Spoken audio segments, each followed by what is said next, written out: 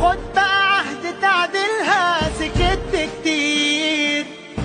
خدت ايه مصر بسكوتك، ما تستخسرش فيها صوتك، بتكتب بكرة بشروطك دي بشرة خير.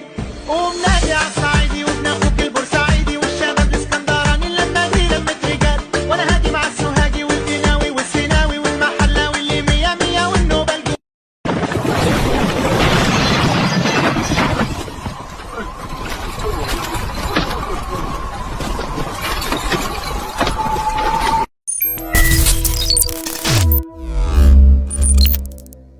Bonjour les amis, j'espère que vous portez toutes et tous très bien. Je suis très heureux de vous retrouver aujourd'hui pour le débrief du Barça, la victoire du Barça face à Levante.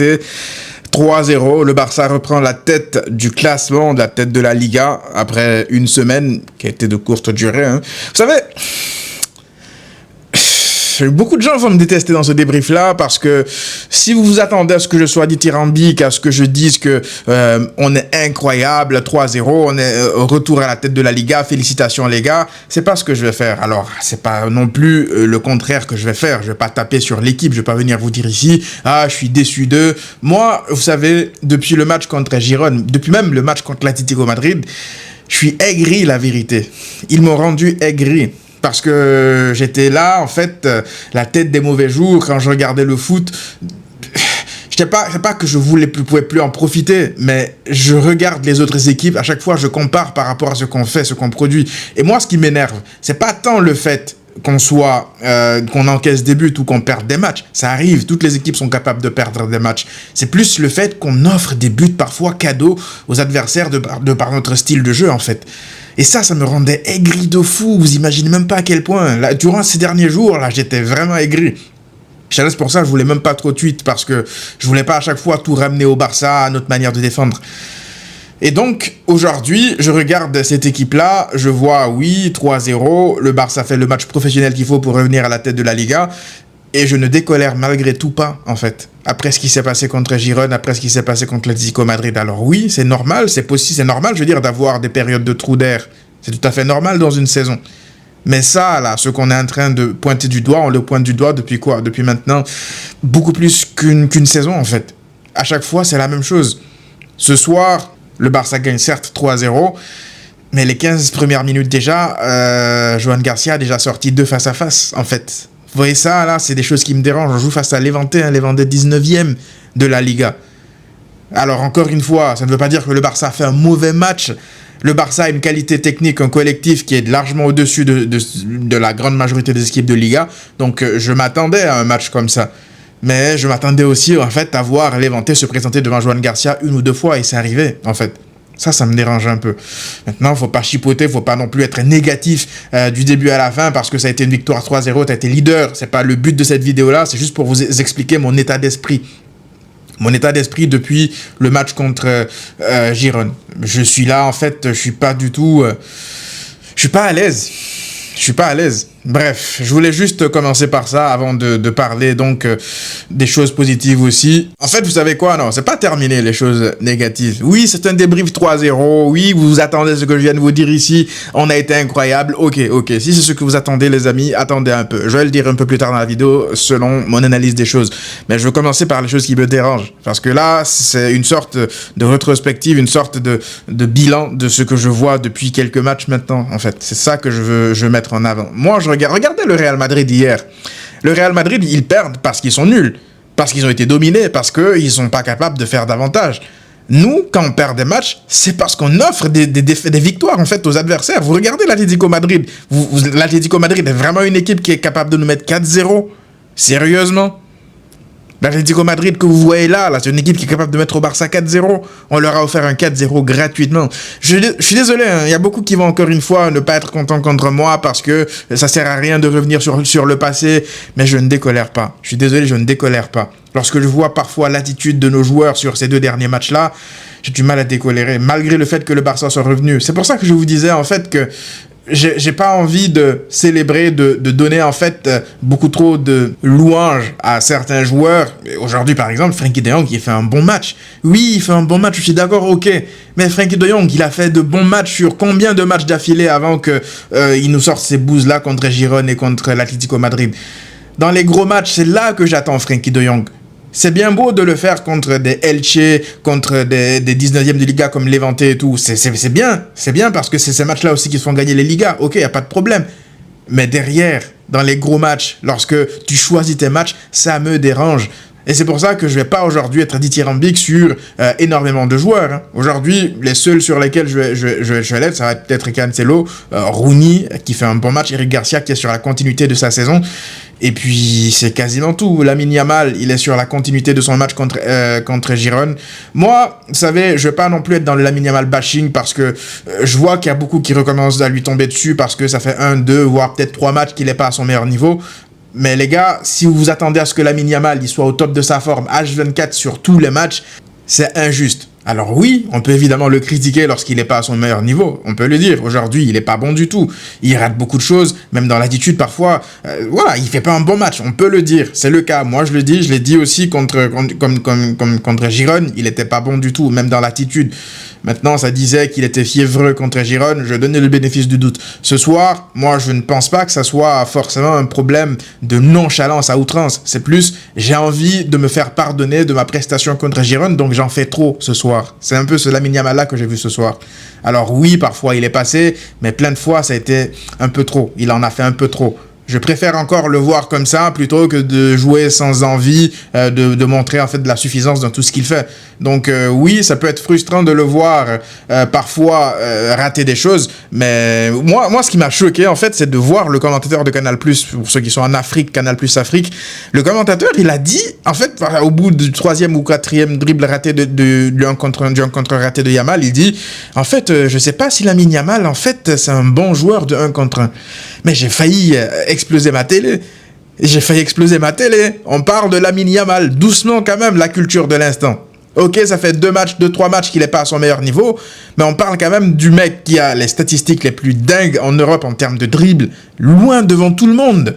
Donc qu'on vienne après un match raté, après 2 matchs ratés, tout remettre en question comme ça, je trouve ça vraiment injuste et c'est vraiment de la culture de l'instant. Ça n'excuse pas encore une fois son mauvais match, mais je voulais juste remettre ça à sa place. Donc moi, je ne vais pas rentrer encore une fois dans le Lamine Yamal bashing, il a fait un mauvais match, c'est le cas de le dire, et ça peut arriver. Voilà, il a fait aussi plein de bons matchs, on l'a dit, il a fait un mauvais match ce soir, ça y est, c'est bon, on passe à autre chose.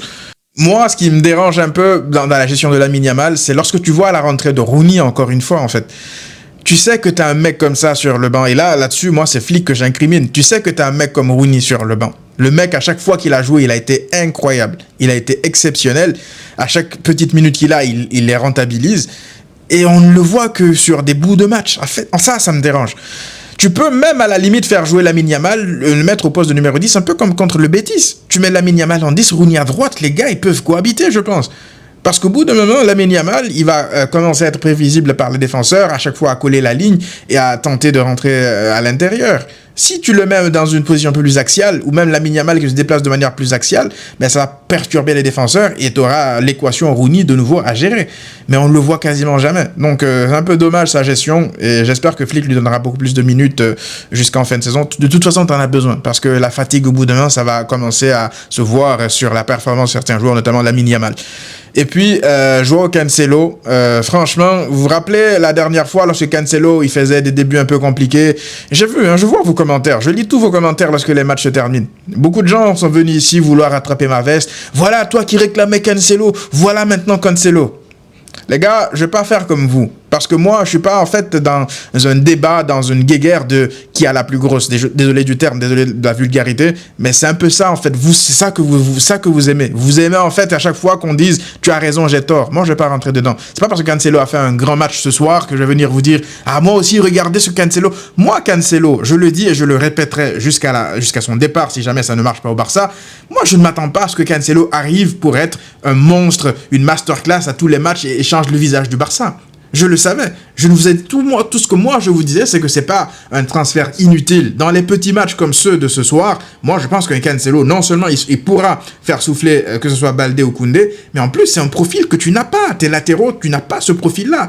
Cancelo dans un meilleur jour, dans ses meilleurs jours en tout cas, on sait très bien qu'il est capable de sortir des performances comme ce soir, comme cet après-midi.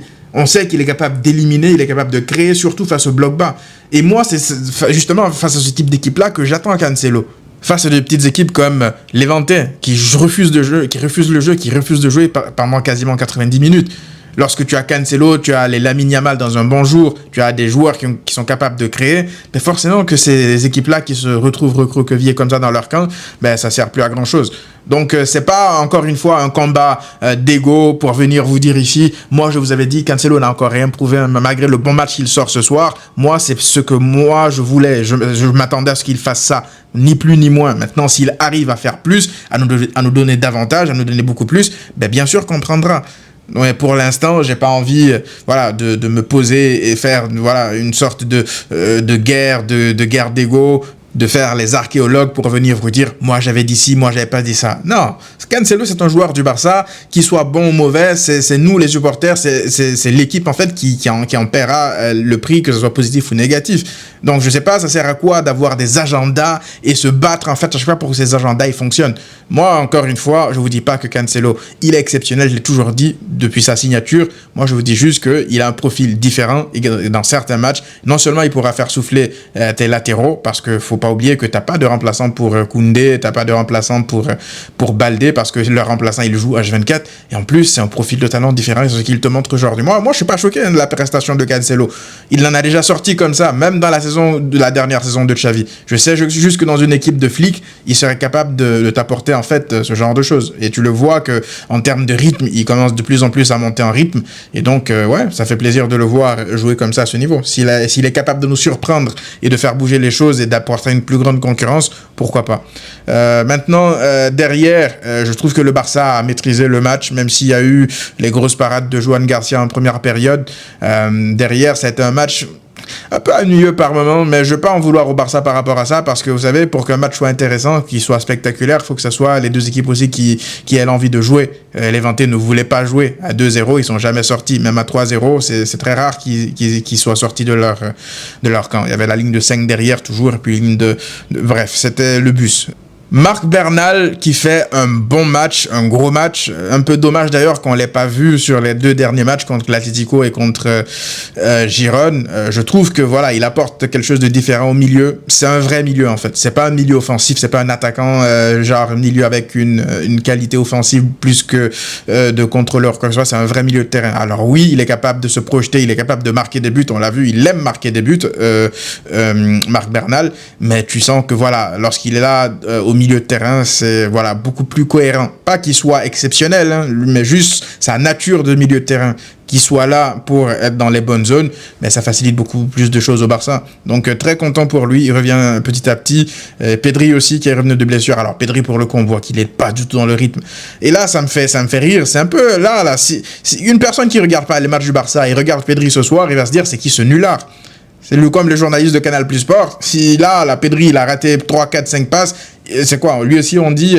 en fait, Pedri, je pense que c'est pas un très bon passeur. C'est ça, le truc? Bref, Pedri, il n'est pas du tout en rythme, mais je m'inquiète pas pour lui, je pense qu'il va revenir à son niveau, il va avec l'enchaînement des matchs. Je pense qu'il y avait peur aussi de la rechute, parce qu'il faut pas oublier que Pedri, ça fait combien de blessures maintenant cette saison, donc forcément que à chaque fois qu'il va revenir, il va avoir la peur de tout le temps aller dans les contacts physiques, alors que c'est son jeu, Pedri, d'habitude, il a pas peur des contacts, il fonce dans le tas, il se mange des coups, il protège son ballon, et puis il avance, il calme le jeu, il la passe pas juste pour la passer. Donc ce soir, tu avais l'impression qu'il avait envie de rejouer, mais qu'il n'était pas du tout dans le rythme et que la confiance n'y était pas, tout simplement. Mais je pense que ça va revenir.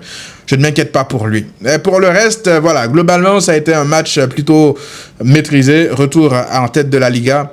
Mais j'ai toujours des questionnements, en fait, par rapport à cette équipe.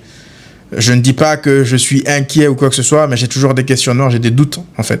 Il va m'en falloir beaucoup plus. Là, le Barça, il peut enchaîner plein de matchs maîtrisés face aux petits et tout. Il va m'en falloir beaucoup plus pour que je vienne ici pour vous dire en fait que je crois de nouveau en cette équipe, je crois de nouveau en l'attitude de ces joueurs-là dans les gros matchs. Parce que on part de très loin en fait, en termes de cohérence défensive, en termes de maîtrise. Donc j'espère que Pedri va pouvoir améliorer tout ça dans les prochaines semaines.